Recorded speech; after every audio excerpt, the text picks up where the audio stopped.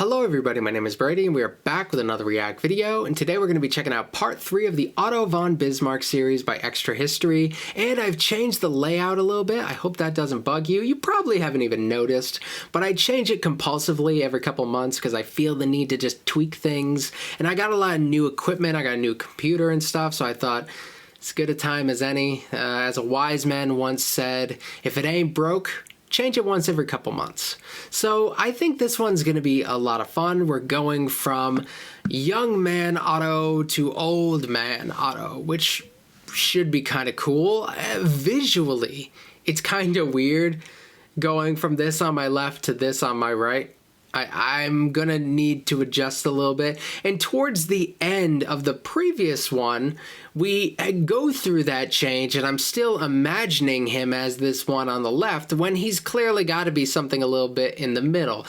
They mention beards, and I'm like, wait, he hasn't had a beard this whole time. Oh, wait, we are kind of limited in the amount of depictions of him we're gonna end up having, and we're not quite at this one on the right. So you just got to let me use my imagination a little bit. I get that. But I am going to have a little bit of trouble letting this side go, because that's always a fun time in people's biographies. The young, wild side, seeing them make mistakes, seeing them a little less politically calculating. But I'm really excited to see where we go with this. I'm not sure what the title Iron and Blood means, but I guess we'll see. Let's get it started.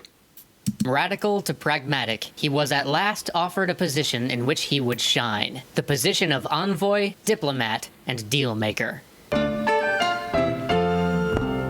Sick. Bismarck's tutelage in the diplomatic craft was swift. As he wrote to his wife, "I am making rapid progress in the art of using many words to say nothing at all." He wrote this from Frankfurt. He had been assigned as the Prussian envoy to the Diet of the German Confederation, that being the body that was supposed to figure out how the whole mess of 39 German states were to work together. But working with the Austrians was the furthest thing from Bismarck's mind. That's actually, that's a really interesting position here. I don't know what kind of demand there is for a position like that. That feels like one of those jobs that you'd have to fight to not get. I don't know. That's kind of how it feels like a total mess. He clearly seems to be willing to do a lot of the stuff that other people weren't, as evidenced by the previous one. He put himself out there during periods where it probably could have damaged him if things went really, really poorly. So he's highly ambitious, which means like he's either going to go everywhere or he's going to fall big time. And given this guy's undoubtedly massive legacy, I think we know which way it's going to go.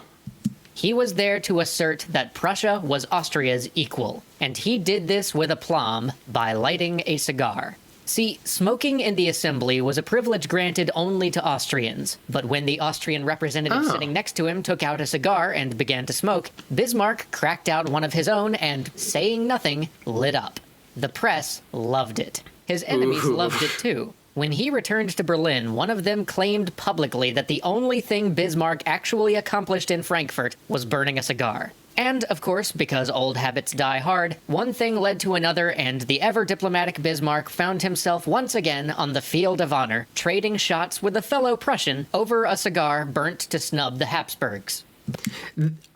I'm actually delighted at how this one is going so far, because I was afraid that we were going to have too massive a change. When we go from that, with that visual change, I was assuming like maybe we skipped over a little bit of emotional change, a little bit of maturity, but it's clearly not going to be a clean break. We're not being introduced to a brand new Bismarck. This is definitely the same guy, and I'm always excited whenever we can talk about dueling, because I love learning about European customs when it comes to dueling, because although there are formal customs when it comes to dueling. There's also a lot of informal stuff that varies from place to place. So it's always really cool to learn about that stuff, because when I learn about it in the United States, it's got some haphazardness to it. And sometimes I like to see the more formal stuff that you see in a lot more of the European duels.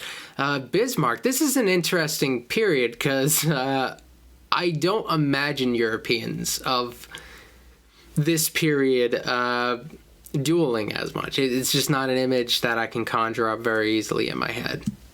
To another, and the ever-diplomatic Bismarck found himself once again on the field of honor, trading shots with a Clearly it fellow happens Prussian a lot. over a cigar burnt to snub the Habsburgs. But his time in Frankfurt taught him one thing. If the Prussians were ever to carry the same weight amongst the German states as their much larger rival, they would need allies. So he began to court what he saw as the two most valuable possible confederates for Prussia, Russia and France. But then, in October of 1857, the King of Prussia suffered a stroke. The king's brother, named Wilhelm, because of course he was, why should a family have to come up with more than one name, took over the leadership. This Wilhelm, though, considered Bismarck as nothing more than a petulant schoolboy. His words. Bismarck had a plan, though. Bismarck always has a plan. I get the theme here.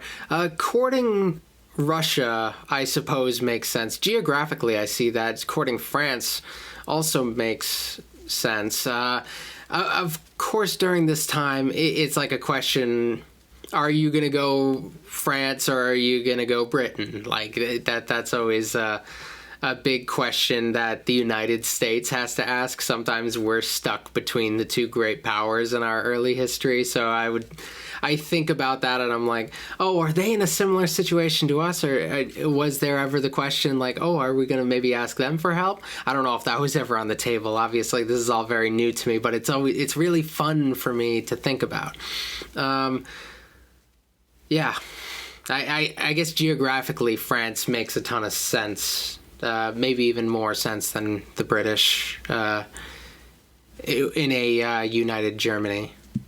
He would counter this opinion in a most un-Bismarckian, and therefore most Bismarckian, way. He delivered to the prince a 92-page treatise detailing exactly how Prussia could abide by the letter of the agreement they'd signed that founded the German Confederation, while simultaneously aligning the other German states against Austria. Unfortunately, Wilhelm thought that was stupid. Bismarck was promptly assigned as the Prussian envoy to the Tsar. Because, you know, I guess if you want to get rid of somebody in 18th century Europe, you just put him in St. Petersburg. Or better. That is a very real thing. Oh my God. In the U.S., there is a really good example of this. We have Andrew Jackson, when he was president, he sent James Buchanan away. James Buchanan would go on to become president of the United States. He would be like right before Lincoln, but he ended up sending him away because he saw him as kind of a bit of an annoyance. So he actually just sent him to Russia. So that is a trend. It seems you got this, you got that. I'm sure there are other examples as well. It seems like a pretty normal thing to do from what I've seen now. Better yet, Moscow. And I thought that was clever. Sit on ice until 1862. These were some of the bleakest years of his life. He was cut out of state affairs, he fell ill, he nearly lost the use of his leg, and even withdrew himself from Russian society as his ability to serve as a diplomat was hindered by the fact that everybody knew he was there because his sovereign didn't want him in Prussia. But, at last, a strange letter came, one saying that he should return to Berlin with haste. When he got there, against all odds, he was asked to serve as the head of government. You might reasonably ask, why? Yes. Why would the king who had so long snubbed him ask him to run the state? How could he go from a remote diplomatic posting to the head of domestic affairs? Well, because nobody else wanted the job. At least...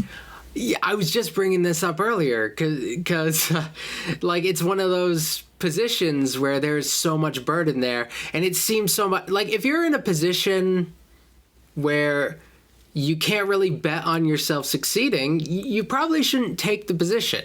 So nobody wants to take the position and potentially fail and look bad. And I guess that's a great way for somebody who's a little bit more ambitious like Bismarck to step up. I love that these are things that I can find parallels for in my own area of study. I think that's what makes this so much fun. I wasn't expecting to find those sort of parallels with the Prussians. That's actually really interesting to me. I don't know. I never felt like the American history and essentially German history had that many parallels, but I never knew that much about German history, so maybe there's a little bit more there.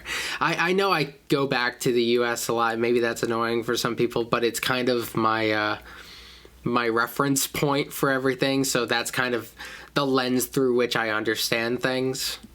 Nobody else the king thought wouldn't plunge the country into civil war. You see, for a year, the Liberal Party had refused to grant funds for the army. And if you know anything about Prussia, you know Voltaire's old adage, where some states have an army, the Prussian army has a state. Meaning that not funding the army had brought them to the brink of constitutional crisis. And the king's closest advisor's best suggestion was to have the army overthrow the Democratic Assembly and then figure it out from there. Which was basically 100% guaranteed to start a civil war. So the king figured, call in Bismarck, I guess. If he succeeds, fabulous. If he fails, then we'll just throw him under the anachronistic bus. As the announcement went out, no one in the wider world of Europe... That's not bad. You're putting the right amount of pressure under him to succeed as well. I mean, it really is a win-win situation. I really appreciate kind of understanding. Sometimes you'll find political figures who go on to be like these great things, and it's amazing how many coincidences, how many accidents, how many opportunities they had to not be in the position that they were in. So this is I don't fully appreciate how important he's going to be. I'm hoping that I will by the end of this series, but the greater he ends up being, the more fun these little things that could have potentially thrown him off end up being. Europe really thought he had a chance. Neither did many in Prussia. For 2 weeks, Bismarck had to scramble to pull together a cabinet, because nobody thought his government would last. Simultaneously, he also had to bolster the spirit of the king, who, in his dejection, was continuously on the brink of giving in. And in the midst of all of this, almost as an offhand remark to those who were debating funding the army, he said the words that would define him and define the age. The great questions of the day will be decided not by speeches and majority votes, that was the great mistake of 1848 and 1849, but by iron and blood. But in the midst of all the chaos, there's the title. Bismarck had a plan. Bismarck always has a plan. If he couldn't get to the Landtag to do what he wanted, well, then he would just have to do what he wanted anyway. You see, the king and the parliament were supposed to agree on any new budget before the government could collect taxes on that budget and do with them whatever they wanted. Everyone else took this to mean that the government could not collect taxes without Parliament's approval. But Bismarck had other ideas. See, the Constitution didn't really spell out exactly what the government was supposed to do if the king and the Parliament couldn't agree on a budget. So Bismarck just said, well, we don't have a new budget. Guess we have to keep collecting taxes based on last year's budget. And so sent out the king's tax collectors to do what they did best. You know what? If you do have to default, that is probably the interpretation I kind of like the most. It's obviously self-serving or whatever, but like, yeah, if you can't get a budget, I totally get that. But also by asserting this power, he's really he's putting so much more power in himself, kind of assuming that nobody's going to go as far to challenge him in a way that's going to blow up in his face. Okay, it's daring. It really is daring.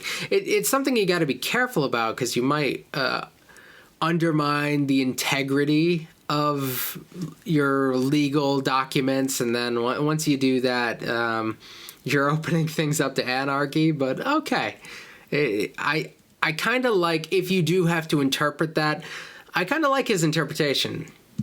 For nearly half a decade, the government would continue to collect the 1861 budget, and the king would have a stream of revenue without asking Parliament for a thing. With that settled, Otto now had the prestige and the freedom to turn to what he saw as his larger project, positioning Prussia to be the preeminent power in Germany when the German states finally unified. He moved rapidly. First, he checked in with France to see if they would stay neutral, or perhaps even join Prussia if an armed conflict broke out between them and Austria. Then he wooed the smaller German states to begin voting with Prussia, even as he was baffling the Austrians. France loves helping people who don't stand a chance.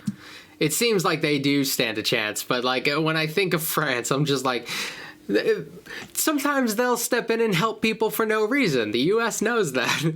You don't have anything to gain? We'll help you anyway. It's that sort of thing. And lofty promises about how much they could accomplish together.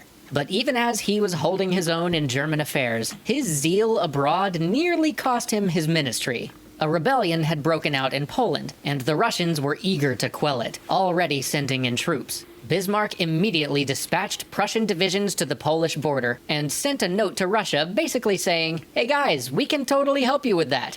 Soon, protests over this action broke out from the other major European powers, with France, Great Britain, and Austria all condemning Berlin. Many thought that Bismarck would have to resign over this, but So I know that as Germany emerges, the British and the French, they're gonna start to come together a little bit more because they have like this common threat between the two, and that's one of the big things that's going to define the early 20th century. I know that much. Is this what's giving, perhaps this is like one of those moments that's like eye-opening to them, like France is thinking like maybe we'll help them, but now maybe they're thinking like this might end up being a little bit of more of a mess than we were ready for. I don't know, that seems to be the vibe I'm getting. the king, the very same one who had exiled him to Russia before, refused his resignation. Soon, Europe's ire turned from Berlin to St. Petersburg, and while the matter would blow over in time, to the Russians, this unification of the European powers against them brought to mind the recent and disastrous Crimean War, and in doing so, reminded them just why having an ally in Prussia might be valuable. But just as this affair was being put behind him, his great project was again in jeopardy. The Emperor of Austria had invited the Prussian king to a congress of princes to discuss the matter of German unification. Bismarck at once saw that the Austrians had stacked the deck, and any vote at such a conference would go in their favor. But he also knew that he wouldn't be able to convince the king that an invitation from other princes was a trap. So he took a different approach. The king was never the most secure of people, so Bismarck convinced him that the invitation was an insult, and that it should have been sent to him with much more formality. So the king declined to go. But then, days later, the King of Saxony rode up, bearing another invitation imploring the prince to come. Now he had been formally asked to attend by 30 princes with a king as the message bearer. There would be no convincing good old Wilhelm that this was a slight. Instead, in a meeting full of shouting, imploring, and not a little sobbing on both sides, Bismarck convinced the king that he would be giving up the independence of the Prussian army if he agreed to anything at this conference. And so, with Bismarck ripping off the door handle on the way out, once again, the king declined to attend. That's kind of funny. The course was set. The initial threats were in check. Now, at last, Bismarck could truly begin his project of iron and blood. Dude, that one was really cool. I'm already used to the new character design for Bismarck. It just took this episode to do it. A lot of you have told me, I think one of you specifically, I wish I could remember, I would shout you out, but I don't know. One of you left a comment on a previous video. I don't even know which one it is. That's why I can't really go back and check, because I don't know where to look. From them, that while their history is good, it focuses typically on one perspective. And this whole time I've been thinking like, we are seeing this from a very Prussian perspective. We could have a whole nother version of this series told from the Austrian perspective. And while getting to know Bismarck and getting to know these figures on this side, it makes me feel a little bit sympathetic to them. It makes me wonder how I would feel if we went through this again from an Austrian perspective, which side I would feel I feel like I would sympathize more with. Because I'm not really sure if I would have any specific sympathy or not, but it's kind of fun to think about, and it is something to look into if I get more into this period. There's all sorts of potential for that. So I really like this one. So with my new setup and stuff, I'm able to streamline my content a little bit more. I'm able to produce more. So I'm going to probably be releasing the next few episodes of this pretty soon, like sooner than you might think. So keep a lookout. Yeah, you can probably expect them pretty often, maybe tomorrow. I think I'm going to marathon this. So I think I'll watch the next one right now. The video won't be out the same time, but it'll be out the next day. All right. Thanks for watching. Become a channel member. I'll see you guys next time.